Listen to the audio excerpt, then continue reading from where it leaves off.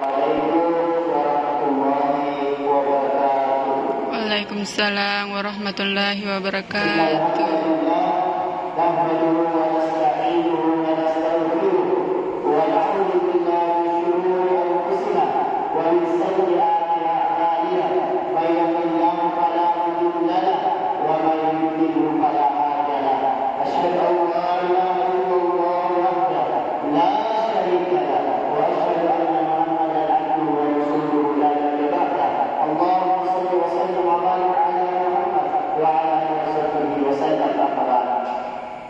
Ibu-ibu dan adik-adik sekalian yang dimuliakan oleh Allah Subhanahu wa taala, kita bersyukur kepada Allah Subhanahu wa taala karena Allah masih mempertemukan kita dengan bulan suci Ramadan.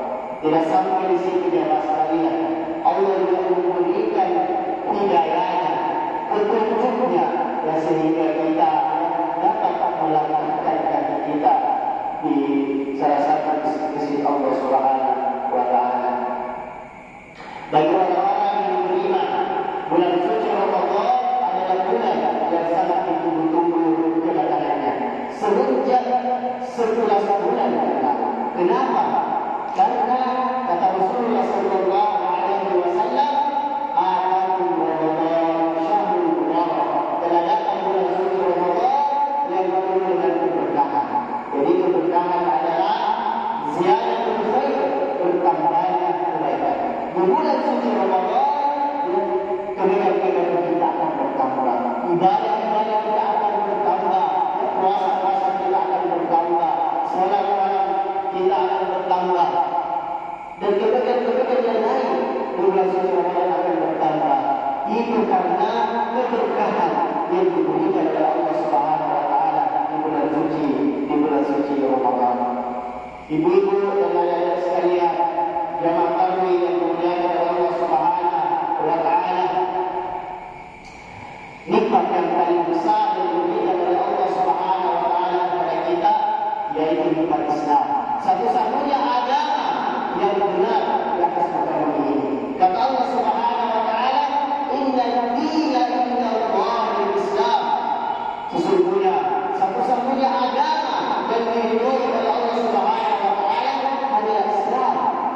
Wa man yabtaghi ghayra al-Islam dinan fala yuqbal minhu wa huwa fil akhirati minal khasirin. Barang siapa yang mencari agama selain Islam, maka dia tidak akan diterima oleh Allah Subhanahu wa taala. Dan di akhirat kelak dia akan termasuk orang-orang yang merugi. Kata Rasulullah sallallahu alaihi wasallam dalam sebuah hadisnya, "Ayasma'u li amrin min hadhihi al-ummah yawmiyun wa la rasulun, summa yaqutu wa la yu'min illa yursilu bihi illa kana min ahliha."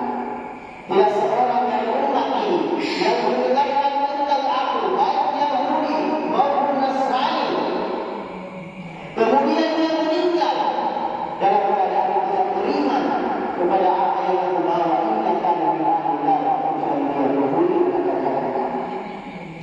jamaah tarawih yang dimuliakan oleh Allah Subhanahu wa taala, kita bisa melihat Malaysia yang belum mendapatkan hidayah, yang belum berada di atas Islam, masih banyak yang mereka yang ateis dan tidak percaya terhadap Tuhan.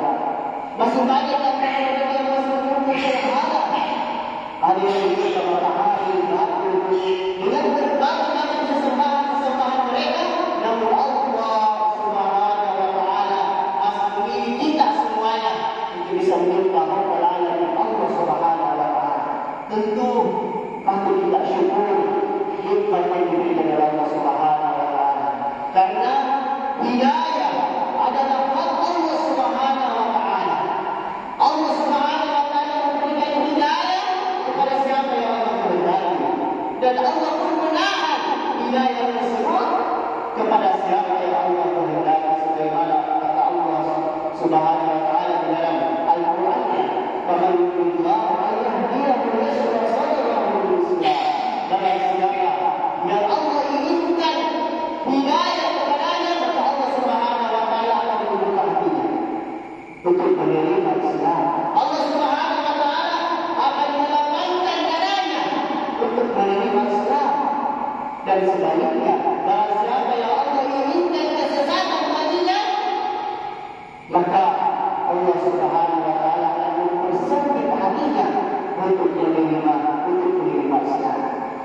Jadi ketika kita bersemangat di dalam beragama, yang kita bersemangat untuk menutup aurat, tidak menampakkan aurat berarti itu tanda-tanda Allah inginkan hidayah kepada kita. Tapi kalau kita malas-malas lagi beragama, kita malas-malas lagi sholat lima waktu, kita malas lagi tilawah Al-Quran, membaca Al-Quran, kita malas sholat berjamaah masjid, itu tanda bahwasanya Allah inginkan kesesatan untuk kita. Jamaah yang dimuliakan oleh Allah Subhanahu wa taala, hidayah diperoleh bukan karena kecerdasan. Jika hidayah berbanding lurus dengan kecerdasan, maka sesungguhnya orang-orang Eropa, orang-orang Jepang yang sangat cerdas luar biasa harusnya lebih utama mendapatkan hidayah. Namun mereka memiliki IQ yang sangat tinggi, kecerdasan yang sangat luar biasa. Namun mereka masih menyimpan berharap, masih menyimpan hati, masih menyimpan pemahaman. Maka barang siapa yang Allah beri hidayah kepadanya, maka tidak ada seorang pun manusia yang dapat menyesatkannya. Dan begitu pun sebaliknya, barang siapa yang disesatkan oleh Allah Subhanahu wa taala, maka tidak ada seorang pun yang bisa memberikan hidayah petunjuk kepadanya. Walaupun jalan-jalan hidayah itu sudah dibuka, tapi kalau Allah tidak mau memberi hidayah kepadanya, maka dia tidak akan pernah bisa memeluk Islam. Dia tidak akan pernah bisa mengenal indahnya Islam. Karena kita bisa melihat orang-orang munafik di zaman Rasulullah SAW. Orang-orang munafik, ibu, bapak, ada sekalian, dia sholat di belakang Nabi SAW. Dia tahu bahasa Arab, menghafal Al-Quran. Terkadang ikut menjalani kajian-kajian Rasulullah SAW. Terkadang ikut berjihad bersama Rasulullah SAW. Namun mereka tidak beriman kepada Allah Subhanahu wa taala. Kita lihat orang-orang Yahudi dan sekalian tahu benar mukjizat Rasulullah SAW. Mereka mengetahui Rasulullah SAW, mukjizat Rasulullah SAW seperti mereka mengetahui anak-anak mereka. Namun mereka tidak beriman kepada Allah Subhanahu wa taala karena mereka hasad dan benci kepada Rasulullah SAW.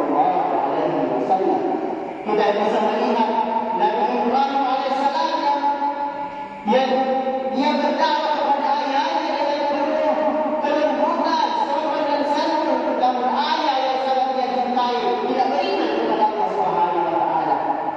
Nabi Nuh alaihissalam yang berdakwah sampai 950 tahun lamanya kepada sekalian. Pagi, siang dan malam dengan berbagai macam metode. Namun anak dan istrinya tidak beriman kepada Allah Subhanahu wa taala, berikan dalam keadaan kafir. Kita bisa melihat kerabat Rasulullah SAW, anak yang sangat dia cintai, yaitu Abu Thalib, tatkala anaknya meninggal dalam keadaan kafir, tidak beriman kepada Allah Subhanahu wa taala. Rasulullah SAW bersedih dan sampai minta berdoa kepada Allah Subhanahu wa taala agar paman yang sangat dia cintai bisa diampuni oleh Allah Subhanahu wa taala. Namun Allah Subhanahu wa taala menurunkan ayatnya menegur Rasulullah SAW. Innaka la tahdi man ahbabta walakin Allah yahdi man yasha. Sesungguhnya engkau tidak bisa memberi hidayah kepada yang engkau cintai, wahai Muhammad.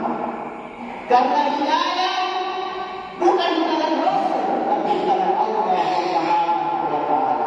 Sebab hidayah ini adalah syariat yang sangat luar biasa. Kalau Allah Subhanahu wa taala tidak membuka hati kita, tidak melapangkan hati kita, maka kita tidak bisa mendapatkan hidayah dari Allah Subhanahu wa taala. Tetapi sebaliknya, jemaah sekalian, jika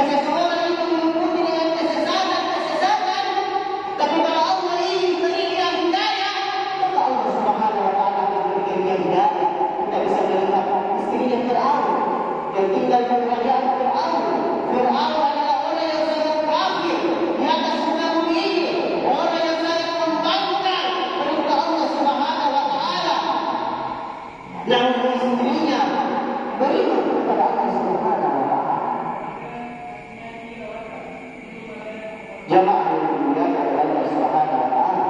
Padahal dia istri dari seorang yang sangat kafir. Tapi kalau Allah ingin berinya hidayah, maka dia akan beriman kepada Allah Subhanahu wa taala. Dan ini kita mengetahui bahwasanya nikmat Islam adalah nikmat yang sangat luar biasa yang harus kita syukuri. Di tengah melihat manusia yang belum beriman, yang masih lalai kepada Allah Subhanahu wa taala, Allah Subhanahu wa taala memilih kita semua untuk bisa menyembah Allah Subhanahu wa taala. Kata Rasulullah sallallahu alaihi wasallam, tatkala Rasulullah berada di Perang Khandaq, beliau mengatakan, "Wallah, laula anta mahtarina, wala tasaddaqna wala sallana." Demi Allah, kalau bukan Allah beri hidayah kepada kita, kita tidak akan pernah bisa bersedekah. Kalau bukan karena Allah Subhanahu wa taala memberikan hidayah kepada kita, maka kita tidak bisa melaksanakan sholat. Dan kami pun mengatakan malam ini yang masih ada. Kalau bukan karena Allah Subhanahu wa taala memberikan hidayah kepada kita, maka kita tidak akan pernah bisa melangkahkan kaki kita menuju masjid ini. Kita tidak akan bisa berpuasa, sholat tarawih, sholat malam.